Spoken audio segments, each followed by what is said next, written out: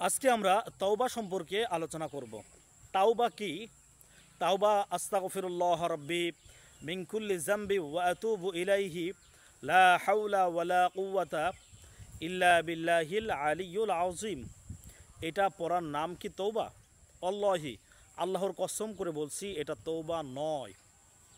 ভিডিওটি কেউ স্কিপ করবেন না। আজকে তওবার পূর্ণাঙ্গ আলোচনা আমরা সংক্ষেপে আলোচনা করার চেষ্টা করব। আস্তাগফিরুল্লাহ রাব্বি মিন কুল্লি যামবি ওয়া আতুবু ইলাইহি লা হাওলা ওয়ালা কুওয়াতা ইল্লা বিল্লাহিল আলিয়্যুল আযীম। এটা তওবার বাক্য, এগুলো তওবা নয়। আল্লাহি, আল্লাহর কসম করে বলছে এটা তওবা নয়, এটা তওবার বাক্য।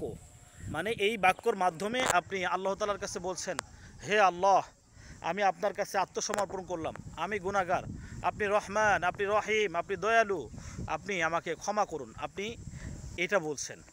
কিন্তু তওবার অর্থটা হচ্ছে ফিরে আসা। তওবার পূর্ণাঙ্গ অর্থ হচ্ছে ফিরে আসা। আপনি যেই কাজটি করতেছেন সেই কাজ আর কখনো করবেন না, এটার নাম হচ্ছে তওবা। সম্মানিত দিনী ভাই বোনেরা, আপনি এতদিন চুরি করতেন, আপনার জীবন দশায় আপনি চুরি করেছেন।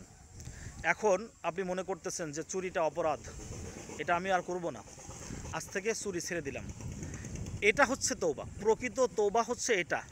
আপনাকে তওবার জন্য আস্তাগফিরুল্লাহ রাব্বি মিন কুল্লি যামবি ওয়া আতুবু ইলাইহি এগুলো করতে হবে না, এগুলো পড়তেও হবে না। আপনি শুধু চুরি করতেছেন, চুরিটা ছেড়ে দিন।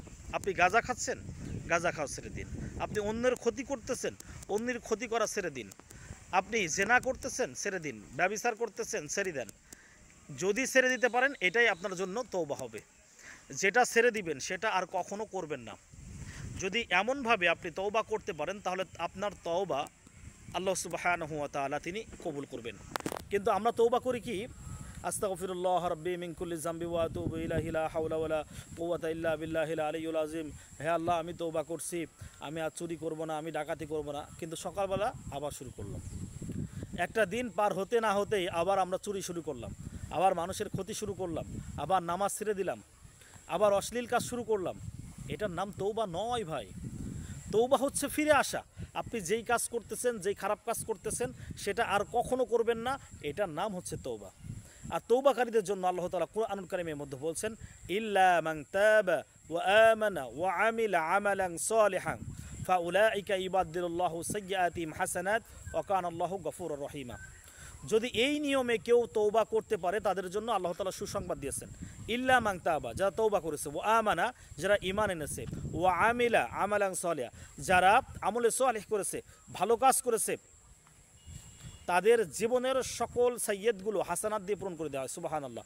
অর্থাৎ সকল গুনাহগুলো আল্লাহ সুবহানাহু ওয়া তাআলা তিনি নেকি দিয়ে পরিবর্তন করে, কনভার্ট করে আমলনামার মধ্যে ঢোকায় দেন। মনে করেন এক্সাম্পল হিসেবে বলি, আপনি 1 কোটি গুনাহ করেছেন। এই 1 কোটি গুনাহ গুনার জায়গায় থাকবে, শুধু সেটা নেকি দিয়ে কনভার্ট করবেন।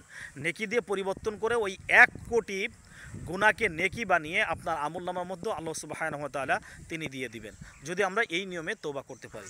আসুন আমরা সবাই তওবা করি, আমরা সবাই খারাপ কাজ থেকে ফিরে আসি। আল্লাহ তাআলা আমাদের সকলকে তৌফিক দান করুন।